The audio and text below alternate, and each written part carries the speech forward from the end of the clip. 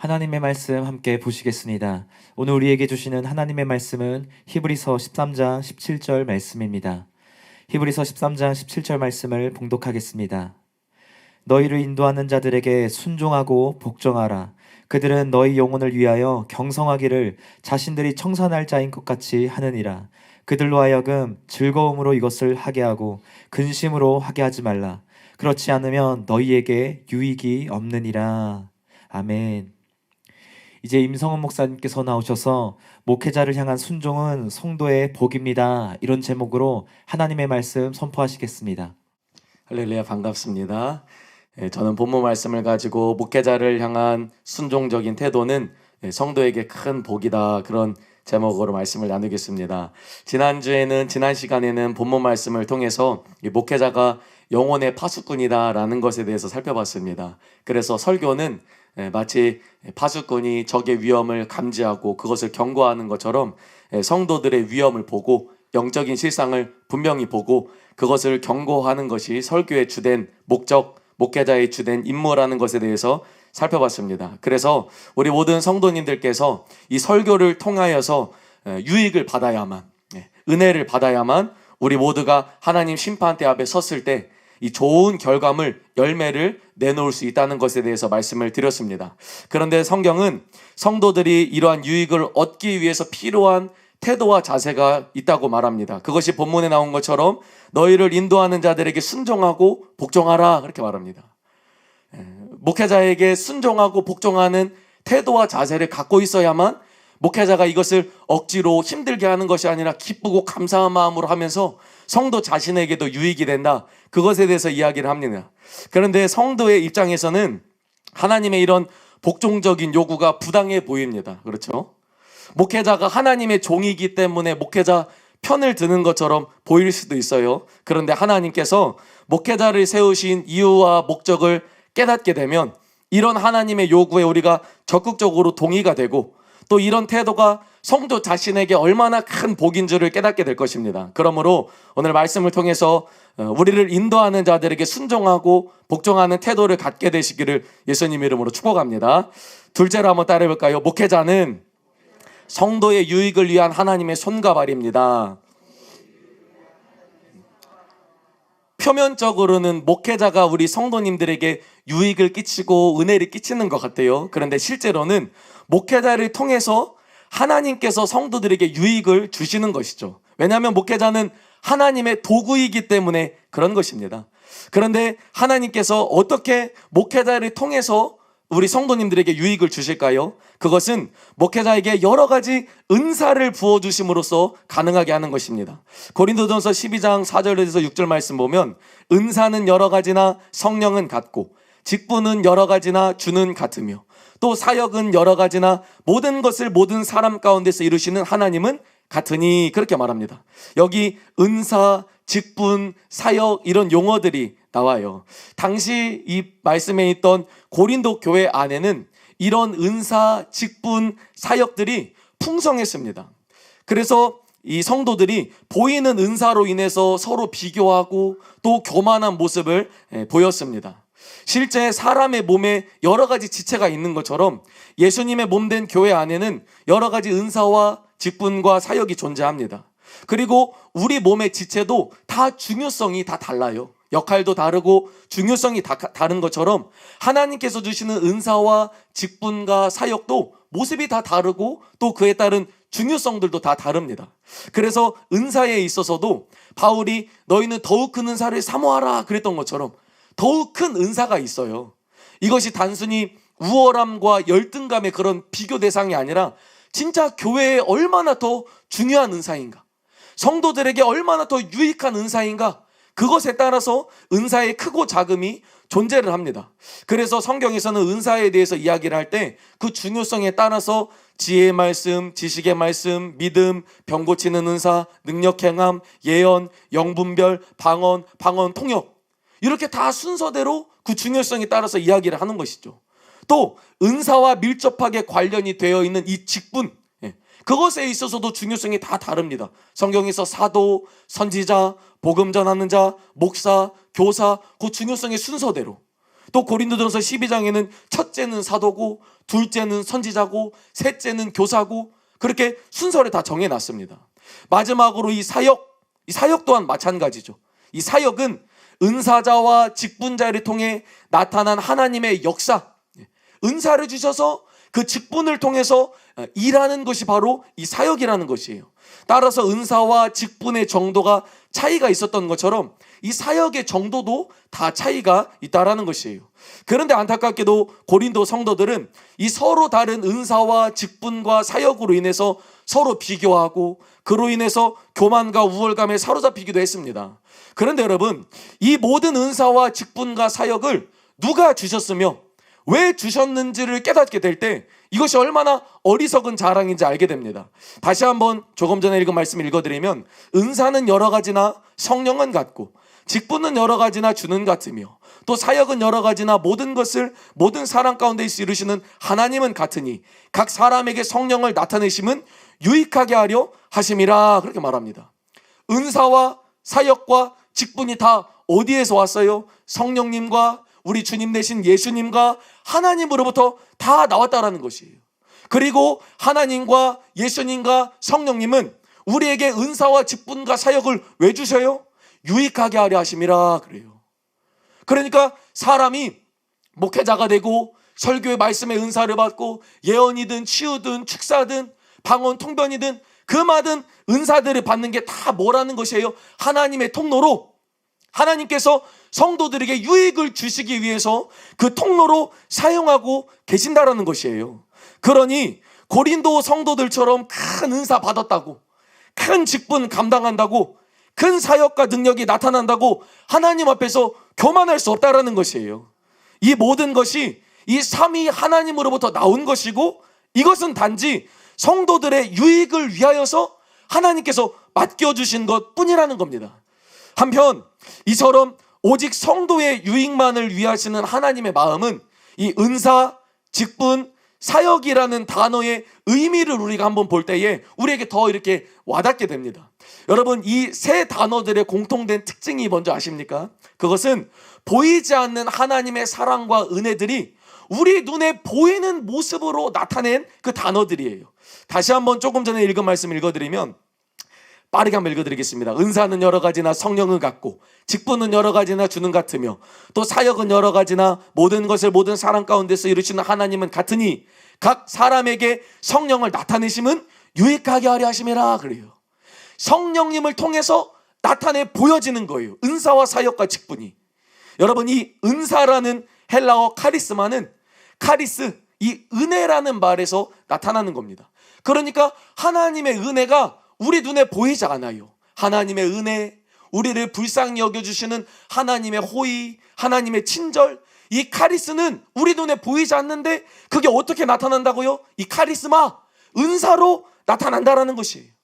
또 직분이라는 단어, 디아코니아는 봉사하다, 섬기다라는 단어, 디아코네오라는 단어에서 나온 말입니다. 그러니까 우리를 섬겨주시고 우리의 발을 씻겨주시기를 원하시는, 봉사해 주시기를 원하시는 그 하나님의 사랑이 어떻게 나타난다고요? 직분을 통해 나타난다는 거예요. 직분자를 통해 저와 여러분들을 섬겨주신다는 거예요.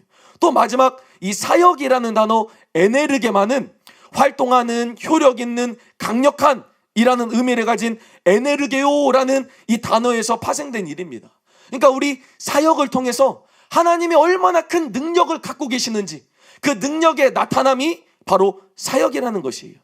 여러분, 무엇을 말하는 것이에요? 은사와 직분과 사역, 이 눈에 보이는 모든 은사들이 보이지 않는 저와 여러분을 향한 하나님의 사랑, 하나님의 긍휼, 하나님의 섬김, 하나님의 능력이 보이는 것으로 나타나는 선물이라는 것입니다. 믿습니까, 여러분?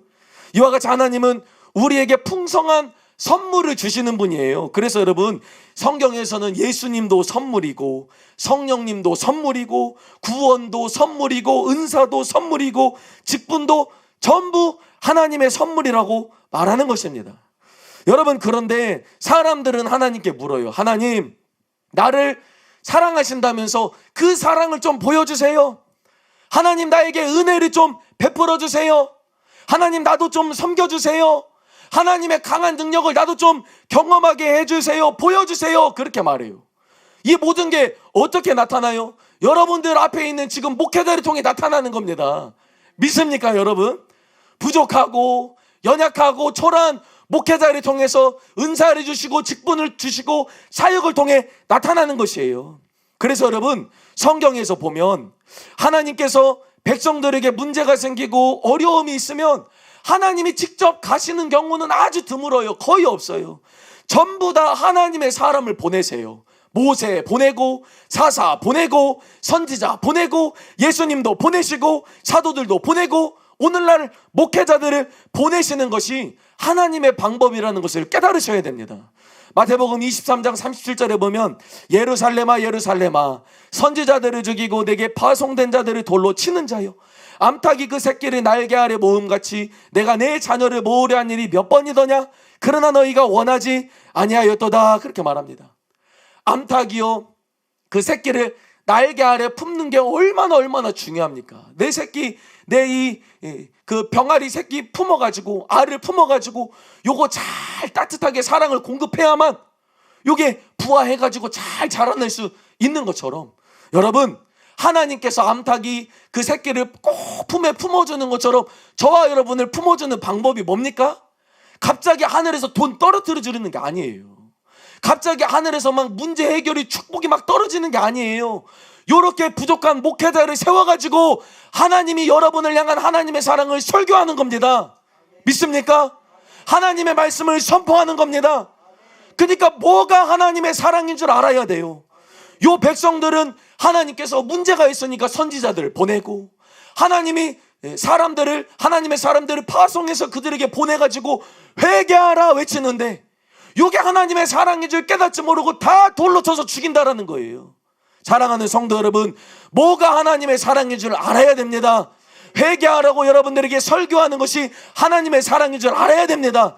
여러분, 하나님 말씀대로 살기 위해서 열심히 신앙생활을 하라는 것이 여러분들을 향한 하나님의 지극히 큰 관심인 것을 여러분 깨달으시기를 축복합니다. 그래서 여러분, 이 시간이요, 보이지 않지만 그렇게 하나님의 날개와 같은 그런 사랑이 여러분 우리 가운데 이렇게 품고 계신다는 것을 여러분 믿으시길 바랍니다. 여러분들이 한 주간의 교회 밖에서 살아오고 이렇게 하나님 전에 와가지고 예배 드리는 게 우연이 아니에요. 하나님이 여러분 보고 싶어서 복 주시기 위해서, 도와주시기 위해서 부르는 것입니다. 그래서 목회자를 통해서 선포되는 그 말씀에 순종적이고 복종적인 태도를 통해서 우리에게 유익 주시고자 하는 그 모든 은혜를 다 누리게 되시기를 예수님 이름으로 축복합니다. 여러분, 이게 성도를 지극히 사랑하시고 유익하게 하시고자 하는 하나님의 마음이에요. 더 나아가서 하나님뿐만 아니라 참된 목회자는 하나님처럼 오직 성도의 유익만을 구하는 자입니다. 본문 말씀 17절, 너희를 인도하는 자들에게 순종하고 복종하라. 그들은 너희 영혼을 위하여 경성하기를 자신들이 청산할 자인 것 같이 하느니라. 그들로 하여금 즐거움으로 이것을 하게 하고 근심으로 하게 하지 말라. 그렇지 않으면 너희에게 유익이 없느니라. 목회자가 어떤 자들이랍니까? 자신들이 청산할 것 같이 목회를 하는 자다, 그렇게 말해요. 여기 청산한다라는 것은 나중에 목회자가 죽어가지고 하나님 심판대 앞에 섰을 때에 내가 설교를 어떻게 했나? 내가 목회를 어떻게 했나? 내가 영혼들을 어떻게 관리했나? 목양했나? 그것을 하나님 앞에 다 회개해야 돼요. 다 설명을 드려야 돼요. 제가 이렇게 했습니다. 그거 다 설명을 드려야 돼요. 그러니까 무슨 말입니까? 목회자는 우리 성도의 영혼과 그냥 다른 분류된 존재가 아니라는 거예요. 우리 성도님들의 영혼을 내 영혼처럼, 내가 나중에 하나님 앞에 청산받아야 될 자처럼 해야 된다는 거예요. 그러니까 진짜 이 사실을 깨닫고 있는 자는, 진짜 목회자는 내 영혼 관리하듯이 성도의 영혼 관리를 해야 돼요. 믿습니까? 목회자가 진짜 회개가 중요한 줄 아는 목회자는 회개를 외치게 되어 있어요. 진짜 말씀대로 살고 천국 가기를 원하는 목회자는 성도들이 그와 같이 가르칠 수 있다는 것이에요. 이런 이유로 진짜 목회자의 가장 큰 기쁨이 뭐겠습니까? 그것은 성도들을 천국 가는 믿음으로 만드는 것입니다. 데살로니가전서 2장 말씀에 우리의 소망이나 기쁨이나 자랑의 면류관이 무엇이냐? 그가 강림하실 때 우리 주 예수 앞에 너희가 아니냐? 너희는 우리의 영광이요 기쁨이니라. 바울이 그렇게 말합니다. 바울의 기쁨, 자랑, 그 영광의 면류관이 뭡니까? 성도들이 하나님의 심판대 앞에 섰을 때에 버림받지 않고 끝까지 영생을 얻는 그 믿음을 보는 게 바울의 영광이라고 말해요. 여러분, 목회자가 교회 커지는 게 자랑이고 기쁨입니까? 교회의 성도들이 헌금 많이 내는 게 기쁨입니까? 인정받고 높아지는 명예 얻는 게 기쁨입니까? 아닙니다.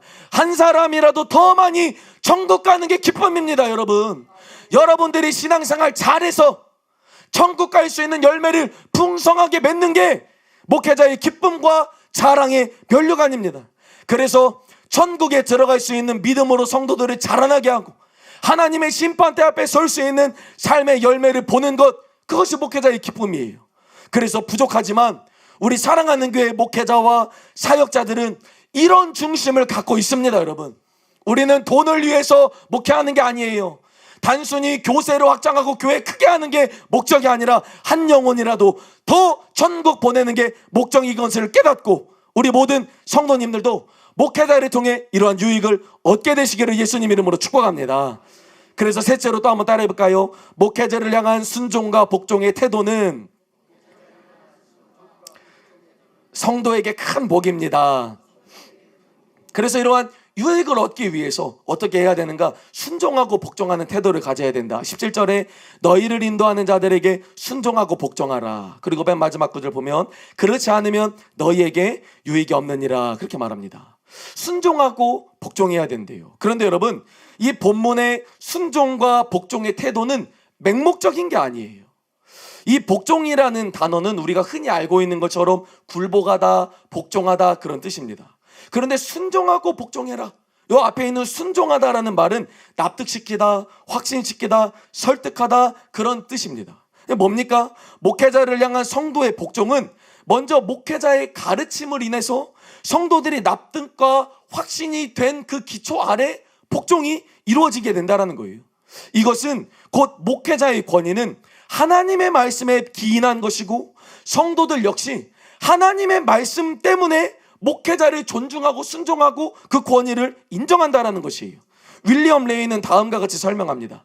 17절 초반절에 따르면 해구메노이, 여기 인도하는 자, 이 목회자의 주요 기능은 하나님의 말씀을 설교하는 것을 형성한다. 이런 사실로부터 그들은 그 권위가 그들이 선포했던 말씀들에 기원하고 그 우월함이 오직 설교에 의해서만 확장되는 하나님의 은사로 부여받은 지도자들로 특정지어진다. 선포된 말씀에서 나오는 권위보다도 지도자의 직분에 관한 토대나 보호는 없다, 그렇게 말합니다. 양용희 교수님도 이렇게 말씀하신 부분 한 번 더 읽어드리겠습니다. 현재 지도자들과 관련된 우선적인 권면은 그들의 교훈을 청종하라는 것이다. 청종하다라고 번역된 페이테스테는 순종의 의미를 갖지만 단순히 권위 체제를 존중하는 차원에서 하는 순종보다는 설득력 있는 대화를 통한 결과로 나타나는 순종을 뜻한다. 이처럼 저자는 수신자들에게 지도자들에 대한 맹목적 순종을 강요하지 않는다. 수신자들은 현재 교회 지도자들과 의미 있는 대화를 해야 하며 그 결과 그들의 교훈에 설복을 받아 이성적이고 의지적인 순종을 해야 한다, 그렇게 말합니다. 그런데 여러분, 어떤 목회자들은 하나님의 말씀으로 인한 권위가 아니라 세상 통치자들과 같은 권위를 가지고 성도들 위해 군림하고 억압하는 태도를 갖기도 합니다. 그런데 성경은 목회자의 이런 태도를 단호히 거부합니다. 베드로전서 5장 3절에 맡은 자들에게 주장하는 자세를 하지 말고 양무리의 본이 되라, 그렇게 말합니다. 목회자는 세상 권력자들처럼 자신이 목회자라는 감투 때문에, 그 권위 때문에 주장하는 자세를 하면 안 되고 본이 되는 삶을 살아야 된다고 말해요. 그런데 목회자가 뒤로 물러서지 않고 권위를 주장해야 될 때도 있습니다. 그것은 하나님의 말씀이 권위를 잃을 때 그것이 가능합니다. 그래서 성도들이 목회자를 통해 선포되는 하나님의 말씀에 대한 권위에 불순종하고 불복종할 때 목회자는 이 권위를 주장하기도 합니다. 여러분, 본문에서도 히브리 저자는 복음 진리가 아닌 여러 가지 다른 교훈에 마음이 이끌려서 배교의 위험성에 노출된 성도들에게 너희를 인도하는 자들에게 순종하고 복종해야 된다, 그들이 전하는 하나님의 말씀을 따라가야 된다, 그런 이야기를 하고 있는 것이에요. 바울도 여러분 고린도나 갈라디아 교회 서신들을 볼 때 거짓 교사들로 인하여서 이 복음의 권위가 훼손될 때에는 가차없이 자신의 권위를 주장하면서 강하게 하나님의 말씀 가운데로 돌이킬 것을 책망하는 모습을 볼 수 있습니다. 또 디도에게도 이러한 이유로 권위를 주장할 것을 명령했습니다. 디도서 2장 말씀에 보면 그가 우리를 대신하여 자신을 주심은 모든 불법에서 우리를 속량하시고 우리를 깨끗하게 하사 선한 일을 열심히 하는 자기 백성이 되게 하려 하심이라.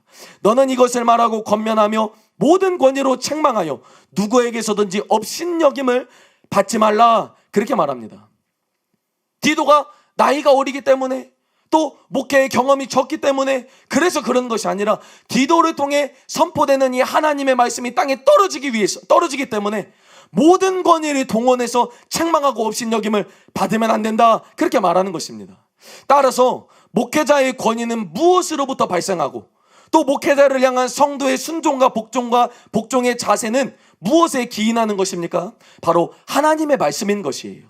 디모데전서 5장 17절 말씀에 보면 잘 다스리는 장로들은 배나 존경할 자로 알되 말씀과 가르침에 수고하는 이들에게는 더욱 그리할 것이니라. 그렇게 말합니다. 여러분, 아까 우리가 살펴봤던 것처럼 은사에도 직분에도 사역에도 다 그 중요성에 따라서 첫째, 둘째가 있어요. 목회자에게 주어지는 권위도 역시 마찬가지입니다. 성도님들이요, 나는 저 목사님이 그냥 마음에 들어, 나는 저 목사님 스타일이 좋아, 그 성경적인 게 아니에요. 성경적인 것은요, 잘 다스리는 장로들은 배나 존경할 자로 알되, 그렇게 말해요. 잘 목회를 하고 잘 목양을 하고 성도들을 다스리는 그런 목회자를 우리가 배나 존경해야 되는데, 그 중에서도 또 말씀을 잘 가르치고 수고하는 이들에게는 더욱 그리해라. 그렇게 말해요. 가장 중요한 은사가 말씀의 은사이고 가장 중요한 사역은 말씀의 사역이고 성도들이 가장 목회자의 권위를 인정해야 될 그 인정도 말씀으로부터 나온다라는 것입니다. 믿습니까, 여러분? 이것에 대해서 리처드 필립스가 잘 지적합니다. 우리는 아무개 목사님이나 박사님이 그렇게 말씀하셨기 때문에 믿습니다 라고 말하지 말고 이것이 하나님의 말씀이라고 가르침을 받았기 때문에 우리 목사님이 제게 그것을 설명해 주셨기 때문에 그리고 지금 제 양심이 믿고 순종하도록 하나님에게 매여있기 때문에 믿습니다 라고 말해야 합니다. 그렇게 말합니다. 이와 같이 목회자를 향한 성도의 순종과 복종의 태도는 바로 목회자를 통해 선포되는 하나님의 말씀을 향한 것임을 깨달아야 됩니다. 그런데 여러분, 이런 목회자를 향한 우리 성도님들의 순종과 복종의 태도가 성도 자신에게 얼마나 큰 축복인지를 깨달아 알아야 돼요. 요한 3서에서 요한은 가이오에 대해서 이렇게 이야기합니다. 형제들이 와서 내게 있는 진리를 증언하되 네가 진리 안에서 행한다 하니 내가 심히 기뻐하노라. 내가 내 자녀들이 진리 안에서 행한다 함을 듣는 것보다 더 기쁜 일이 없도다. 그렇게 말합니다. 이 사도 요한이요, 가이오에게 이 요한 3서 편지를 보내면서 내가 진리 안에서 나의 자녀들이 행하는 것을 보는 것보다 더 큰 기쁨이 없다.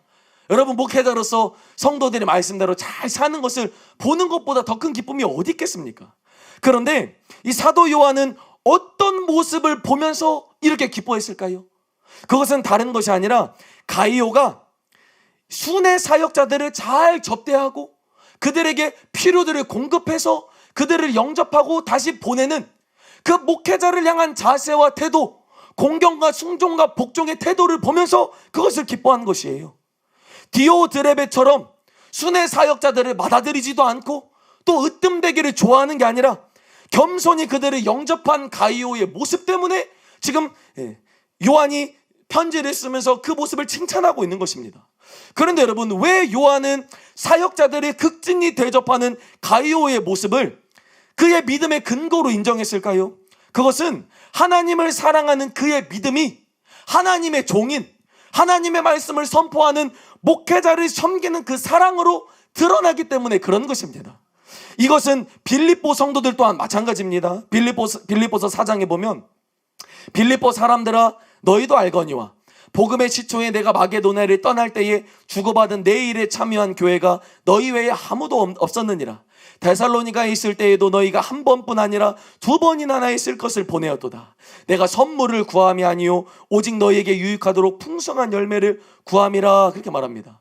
지금 바울이요, 빌립보 성도들에게 과거에 받았던 풍성한 연보, 그 풍성한 헌금을 이야기를 하면서 성도들에게 그런 도움을 요청하고 그것에 대해서 감사하는 모습을 지금 편지를 쓰고 있는 것입니다. 그런데 여러분, 이게 얼마나 민감해요. 바울이 성도들에게 이 돈 얘기하는 거, 연보 헌금 얘기하는 거, 이 성도들이 시험에 들 수도 있거든요. 그래서 미리 바울이 단도리를 칩니다. 나는 자족하는 법을 배웠다. 풍부에 처하나 궁핍에 처하나 나는 아무 문제가 없다. 나는 살 수 있다. 그러면서 성도들에게 이 풍성한 연보에 대해서 이야기를 하는 거예요. 왜 굳이 자신도 말하기 껄끄럽고 성도들도 받아들이기 까다로운 이 연보 얘기를 합니까? 그것은 자신의 유익이 아니라 성도들의 유익, 성도들의 믿음이 얼마나 귀한 것인지를 이야기하고 싶어서 그런 거예요. 그러니까 지금 바울이 이 돈 얘기하는데 선물 얘기하는 것이 아니라 성도들이 지금 믿음 얘기를 하는 것이에요. 성도들이 바울을 얼마나 사랑하고 바울을 사랑하기 때문에 풍성한 연보를 하는 것이 얼마나 큰 귀한 믿음인가를 말하고 있는 것이에요. 여러분, 목회자가 성도에게 선물을 구하는가 열매를 구하는가, 이게 참 한 끗 차이인 것 같아 보여도 엄청난 결과를 갖고 옵니다. 목회자가 성도들에게 구하는 것이 선물이면 이거는 사꾼 목자입니다. 자기 몸만 기르는 목자입니다. 발람의 어그러진 길로 행하는 자들입니다. 그런데 목회자가 진심으로 성도들에게 바라는 것이 열매면요, 예수님처럼 양들을 위해서 목숨을 바치는 희생하는 목자가 된다라는 것이에요. 그런데 바울은 빌립보 성도들에게 이 연보를 선물이 아니라 열매로 여기고 있었다라는 것이에요. 바울이 성도들에게 연보를 구하는 것이 단순히 돈이 아니라 하나님에 대한 믿음에서 나오는 사랑으로 받아라는 것입니다. 이와 같이 하나님을 향한 성도의 신앙은요, 목회자를 사랑하는 모습으로 또한 표현이 됩니다. 그런 경험이 있으실 거예요. 보이지 않는 하나님의 사랑을 우리가 깨달으면요, 이게 보이는 것으로 나타나요. 보이는 하나님의 집인 교회를 사랑하게 되어 있어요. 보이는 하나님의 종인 목회자를 사랑하게 되어 있어요. 보이는 하나님의 백성, 하나님의 자녀인 성도를 사랑하는 모습으로 나타나게 되어 있다는 것이에요. 바울이 지금 빌립보 성도들에게 이런 열매를 구하고 있는 것입니다. 한편 바울은 동일한 목적으로 빌립보 성도들이 행했던 연보를 고린도 성도들에게 이야기를 하면서 고린도 성도들에게도 그와 같은 믿음의 증거를 요구하는 모습을 볼 수 있습니다. 고린도서 8장 1절에 보면, 형제들아, 하나님께서 마게도냐 교회들에게 주신 은혜를 우리가 너희에게 알린다, 그렇게 말해요. 이 마게도냐 빌립보 성도들이 바울을 도와줬던 연보를 고린도 성도들에게 이야기를 하기 시작해요. 그러면서 성도들의 연보를 끌어내려고 합니다. 그런데 여러분, 참 재밌는 게 이 고린도 성도들에게 연보를 요청하는 바울의 모습이 흡사 연약한 힘이 없는 자들에게 돈을 뜯어내는 폭력배들의 모습을 연상할 정도로 이게 말만 안 했지 그냥 돈을 완전히 뜯어내는 모습처럼 보입니다. 7절 말씀해 보니까요, 오직 너희는 믿음과 말과 지식과 모든 간절함과 우리를 사랑하는 이 모든 일에 풍성한 것 같이 이 은혜에도 풍성하게 할지니라, 그렇게 말해요. 고린도 성도들이 믿음, 말, 지식, 간절함, 이게 하나님이 주신 은사들, 그들의 열정들, 보이는 모습들이 풍성했거든요. 그런 것처럼 이 은혜에도 풍성해야 된다, 반드시 연보를 하면서 너희 모습이, 하나님을 향한 모습이 바깥으로 드러나야 된다, 그 이야기를 하는 것이에요. 또 8절에 보면, 내가 명령으로 하는 말이 아니요 오직 다른 이들의 간절함을 가지고 너희의 사랑의 진실함을 증명하고자 함이로다, 그렇게 말합니다. 마게도냐 빌립보 성도들이 그 사랑을 연보를 통해 증명했던 것처럼 너희의 그 진실한 사랑도 연보를 통해 증명을 해야 된다, 그렇게 말해요. 내가 명령으로 하는 말은 아니다, 그렇게 말해요. 거의 명령이에요. 그렇죠? 거의 명령처럼 너희는 반드시 증명해야 된다.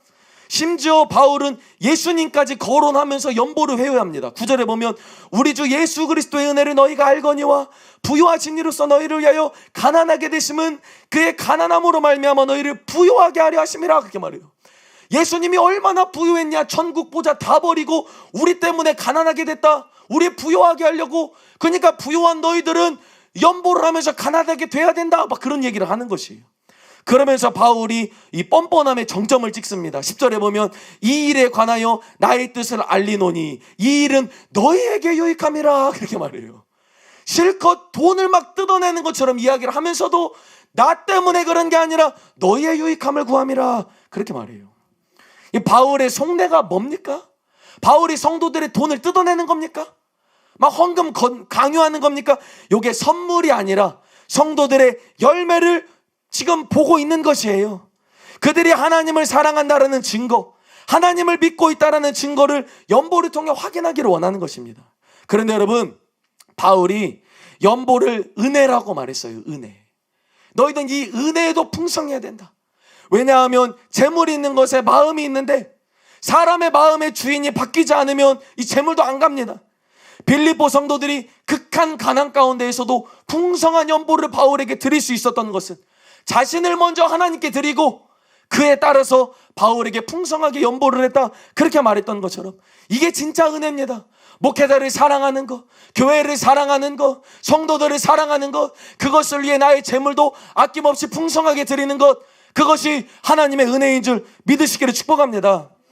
여러분, 바울은 이처럼 성도들이 진리 안에서 행하는 모습, 그걸 어떻게 봤어요? 그게 목회자와 성도들을 향한 이 표현들, 이 사랑의 모습들을 그렇게 말한 것이에요. 그런데 이것이 믿음의 증거이라고 말했어요. 또 참된 은혜라고 말할 뿐만 아니라 복이라고 바울은 말하고 있습니다. 갈라디아서 4장 말씀에 보면 내가 처음에 육체의 약함으로 말미암아 너희에게 복음을 전한 것을 너희가 아는 바라. 너희를 시험하는 것이 내 육체에 있으되 이것을 너희가 업신여기지도 아니하며 버리지도 아니하고 오직 나를 하나님의 천사와 같이 또는 그리스도 예수와 같이 영접하였도다. 너희의 복이 지금 어디 있느냐? 내가 너희에게 증언하노니 너희가 할 수만 있었더라면 너희의 눈이라도 빼어 나에게 주었으리라, 그렇게 말합니다. 바울은 지금 거짓 교사들에게 미혹되어서 자신이 전한 복음을 떠날 뿐만 아니라 자신과 원수가 된 갈라디아 성도들에게 그들이 과거에 소유했던 복의 행방을 지금 묻고 있는 거예요. 너희 과거에 있었던 그 복이 지금은 어디 있느냐? 너희가 과거에 그렇게 복된 삶을 살았는데 그 복이 지금은 어디 갔느냐 묻고 있는 것이에요. 그런데 성도들이 누렸던 그 복이 뭡니까? 바울을 향한 성도들의 극진한 사랑이 바로 바울이 찾고 있는 복이에요. 바울이 갈라디아 교회 성도들에게 처음 복음을 전했을 때 바울인 외적 질병으로 인해서 성도들이 업신여기고 성도들이 내치고 버림받을 만한 상황이 있었다는 거예요. 여기 업신여기고 버림받다라는 것은 막 우리가 귀신 쫓아내는 것과 마찬가지예요. 막 부정탄다 그러잖아요. 부정탈까 막 침을 뱉고 막 모욕하고 그냥 멀리 떠나라고 우리가 귀신 쫓아내버리는 것처럼 바울을 업신여기고 그냥 바울을 버려버릴 수 있을 것처럼 바울의 육체 가운데 성도들이 시험에 들 만한 큰 문제가 있었다는 거예요. 그런데 업신여기고 내치는 게 아니라 바울을 도리어 하나님의 천사처럼 예수님처럼 바울을 영접했다라는 거예요. 바울을 얼마나 사랑했냐면 눈이라도 빼줄 정도로 바울을 사랑했다라는 거예요. 그게 성도들에게 복이었다라는 것입니다, 여러분. 그런데 이게 왜 어떻게 성도들에게 복입니까? 이거 뭐 바울에게 복 아닙니까? 바울이 높임받고 바울이 칭송받고 무슨 바울을 하나님의 천사처럼 예수님처럼 영접, 뭐 바울이 인정받고 칭찬받기 위해 그런 겁니까? 여러분, 바울이요 루스드라에서 불구자 고쳤을 때에 그 사람들이 막 바울은 신이다, 신이 강림했다 해서 막 바울을 높이려고 신처럼 숭상하려고 하자 바울이 어떻습니까? 옷을 찢습니다. 나를 높이지 말라, 하나님만 높이라, 옷을 찢어요. 바울이 높임받고자 하는 게 아니에요. 바울을 그와 같이 영접했던 이 성도들의 믿음과 성도들의 사랑이 복이라는 것이에요. 그런데 성도들이 목회자를 이와 같이 여기는 게 왜 복입니까? 그것은 목회자가 하나님께서 성도들에게 유익을 주시고자 하는 구원의 통로이기 때문에 그런 것이에요. 은혜의 통로이기 때문에 그런 것이에요. 하나님이 어떻게 여러분들에게 유익을 주시는가? 직분자에게 은사를 주시고 그들의 사역을 통하여서 은혜를 주시기 때문에 그런 것이에요. 갈라디아 성도들이 아이고 바울 모습 보니까 저거 자기나 잘하지 지나 잘하지 하면서 내쳐버리면 어떻습니까? 바울을 통해서 그들에게 주시고자 하는 복음의 은혜를 못 입어요. 그런데 바울은 불쌍하게 생기고 시험거리가 가득했지만 예수님처럼 천사처럼 영접하면 예수님을 만나게 되는 것입니다. 천사가 전한 복음을 듣게 되는 것입니다, 여러분. 예수님 말씀처럼 너희를 영접하는 자는 나를 영접하는 것이요 나를 영접하는 자는 나를 보내신 이를 영접하는 것이니라 말씀했던 그 은혜가 부어지게 된다는 겁니다. 따라서 바울은 비록 부족함이 많고 시험거리였던 사람에 불과했지만 그를 영접하는 갈라디아 교회 성도들의 태도로 인해서 하나님을 경험할 수 있었다는 것이에요. 즉 과거의 성도들이 바울을 그토록 사랑했다는 것은 바울을 통해 흘러가는 하나님의 은혜를 경험하게 됐다는 것입니다. 그래서 여러분, 성도들이 받는 은혜의 수준은 목회자를 향한 사랑의 수준과 비례하게 됩니다. 존 스토트 목사님이 이렇게 이야기합니다. 여기서 중요한 교훈이 나온다. 갈라디아인들이 바울의 사도적 권위를 인정했을 때 그들은 그를 천사처럼 그리스도처럼 대접했다. 하지만 그들이 그의 메시지를 좋아하지 않았을 때 그는 그들의 원수가 되었다. 또 권영경 교수님은 복음이 본받음의 과정을 통해 전수되는 것이라면 건강한 복음의 선포는 전해주는 사람과 전해받는 사람 간의 돈독한 관계로 이어질 것이다. 이한수 교수님도 이렇게 말합니다. 예수의 가르침을 따르는 행위나 삶 속에 예수를 대하는 마음이 반영되듯이 예수를 믿는 제자들을 대하는 태도에 예수를 향한 마음이 반영된다. 그렇게 말합니다. 우리 사랑하는 교회 많은 교역자와 성도님들은 담임 목사님을 사랑하고 담임 목사님을 존중하고 또 담임 목사님의 부르심과 비전을 자신의 꿈으로 삼고 힘을 다해서 함께 동참합니다. 또 어떤 성도들은 나는 사랑하는 교회에 뼈를 묻겠다, 그런 험악한 각오와 결단도 합니다. 왜 그렇습니까? 단순히 어떤 목회자와 교회를 맹목적으로 따르는 게 아니라 이게 진짜 죽을 수밖에 없는 나를 담임 목사님을 통해서 그 말씀을 통해서 나에게 하나님의 은혜를 주셨기 때문에 아무 꿈도 없고 목적도 없는 나를 이 사랑하는 교회를 통해서 진짜 내가 살아가야 될 목적을, 부르심을 발견했기 때문에 그런 것입니다. 그래서 하나님을 향한 사랑이 바로 목회자와 교회를 사랑하는 마음으로 드러나게 되는 것이에요. 그러니 목회자를 향한 이 성도들의 바른 태도가 어찌 성도들에게 복이 되지 않겠습니까? 그렇다면 우리 성도님들은 그러한 교회와 그러한 목회자가 있으십니까? 내가 천사처럼 예수님처럼 영접했던 목회자가 있으십니까? 내가 눈이라도 빼어줄 정도로 사랑하는 목회자와 교회가 있으십니까? 내가 저 목사님을 통해서 내가 구원을 받았어요. 내가 지옥 갈 자였는데 이 교회를 통해서 내가 구원을 받았어요. 내가 병들고 아무 소망 없이 살아갔는데 저 설교를 듣고 저 사역을 통해서 내가 변화받았어요. 내가 눈이라도 못 빼어줘도 뭐라도 저 목회자를 사랑하고 돕고 싶어요. 그런 목회자가 있습니까? 하나님의 은혜를 받았다라는 증거입니다. 그게 내가 하나님의 능력을 경험했다라는 증거예요.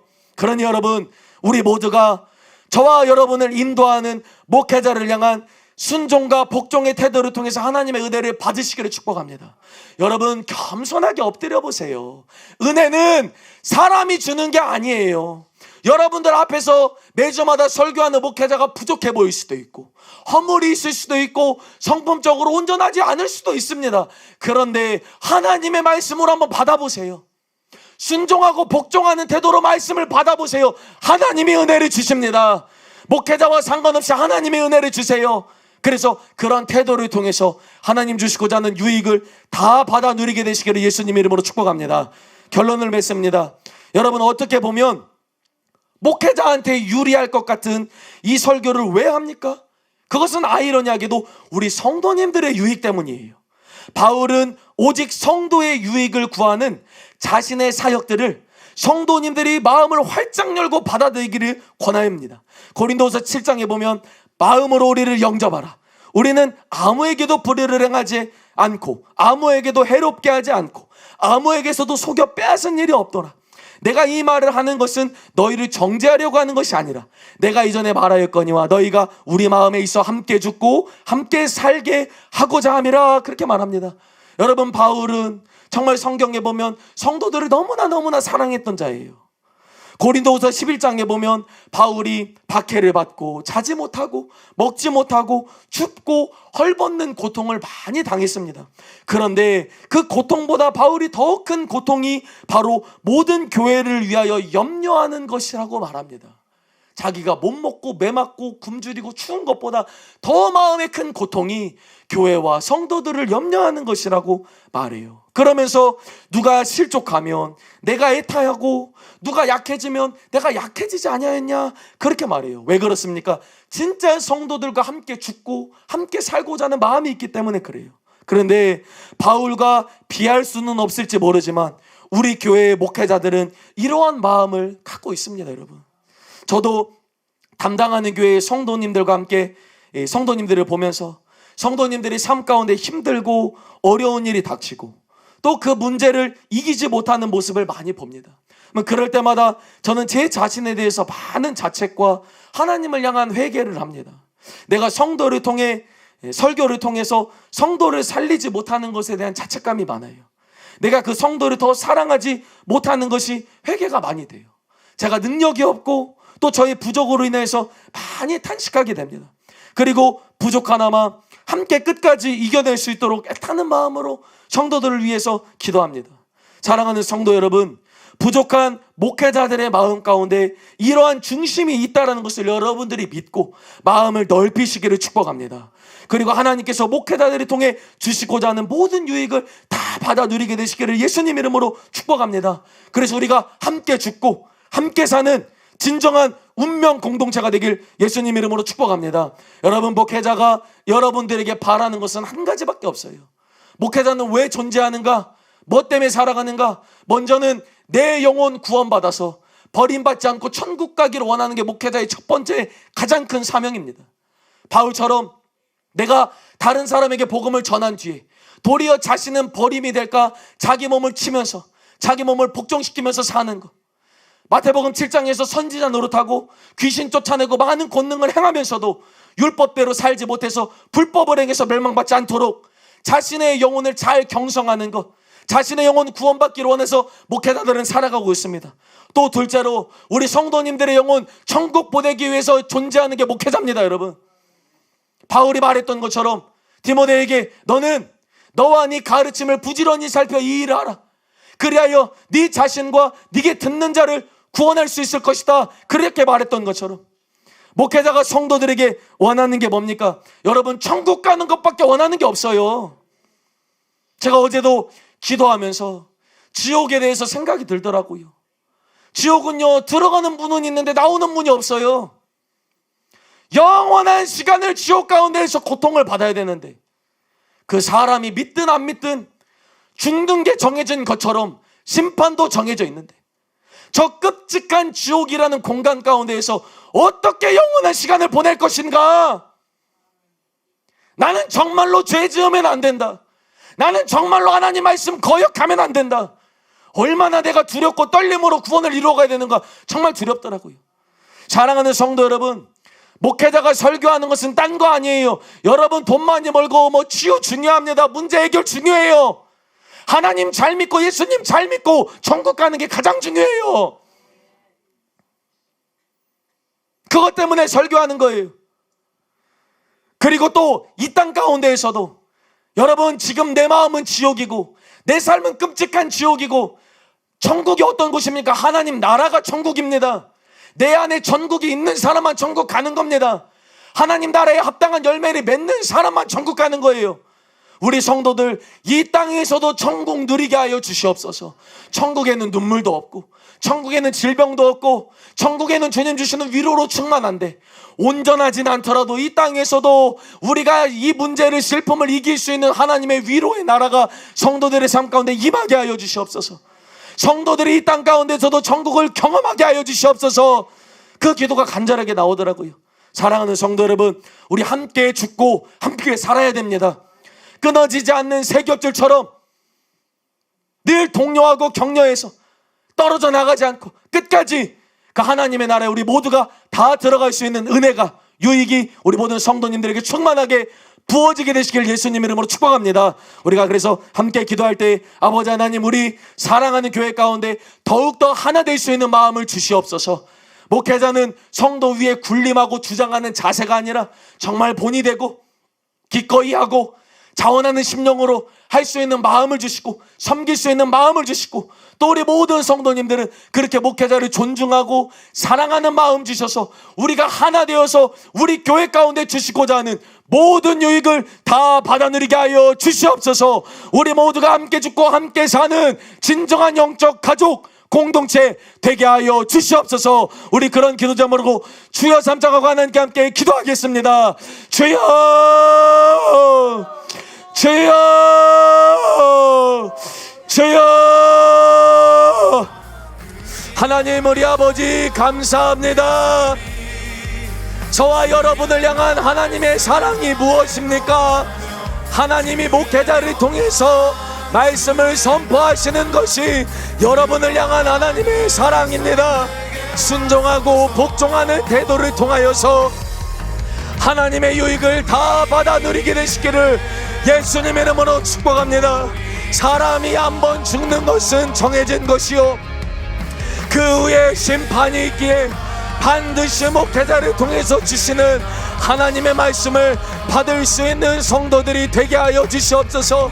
이러한 은혜를 지혜롭고 슬기 있는 자들에게는 감추시고 어린아이처럼 마음이 겸손한 자, 순종하고 복종하는 마음을 가진 자들에게 주님께서 주실 것이라고 말씀하셨으니 우리 마음을 겸손히 낮추고 하나님의 말씀을 사람의 말로 받지 않고 하나님의 말씀으로 받아서 그 말씀이 우리의 심령과 삶 가운데 역사할 수 있도록 아버지 축복하여 주시옵소서.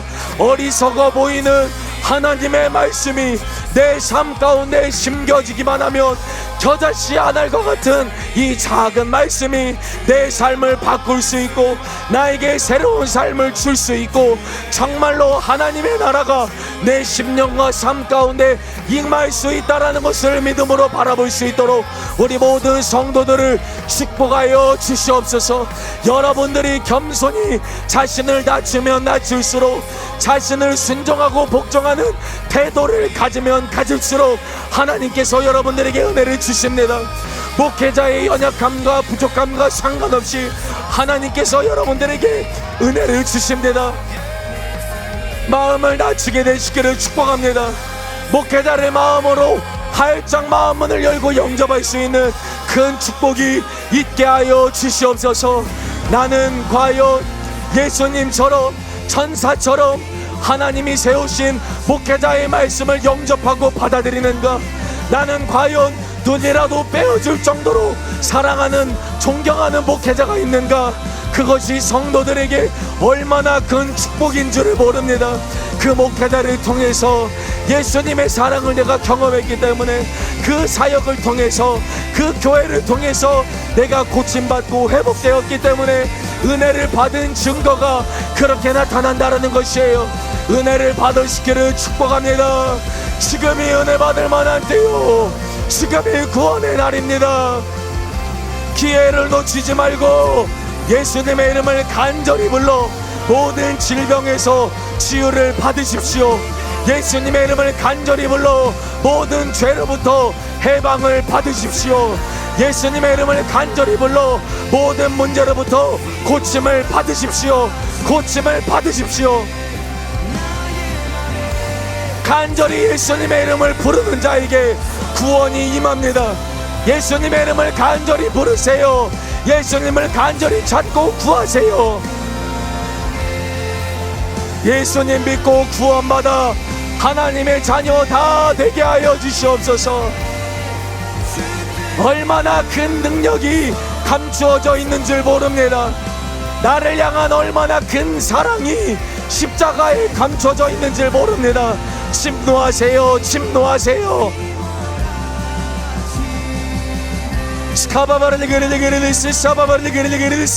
모든 성도들을 축복하소서. 자신을 낮추었을 때 주시는 하나님의 놀라운 은혜를 경험하게 하여 주시옵소서. 심령이 가난한 것이 얼마나 큰 복인 줄을 알게 하여 주시옵소서. 마음이 통회하고 애통해하는 것이 얼마나 큰 축복인 줄을 알게 하여 주시옵소서. 의에 줄이고 목마른 것이 얼마나 큰 복인 줄을 알게 하여 주시옵소서. 겸손한 자들과 함께 마음을 낮추는 것이 얼마나 큰 은혜인지를 알게 하여 주시옵소서. 나를 사랑하시는 우리 하나님 아버지 앞에서 내가 애통하는 마음으로 나의 문제와 어려움들, 나의 삶을 하나님께 고백해 드리는 것이 얼마나 큰 힘과 위로가 되는지 우리 모두가 경험하게 하여 주시옵소서. 천국이 임하게 하소서. 우리 성도들의 심령 가운데 천국이 임하게 하여 주시옵소서.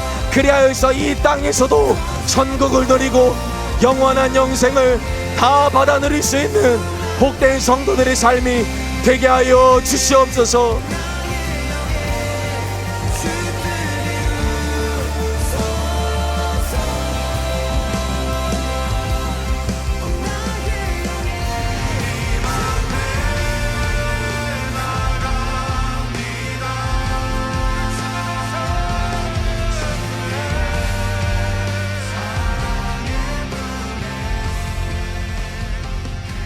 존귀하신 예수님의 이름으로 기도드립니다. 아멘.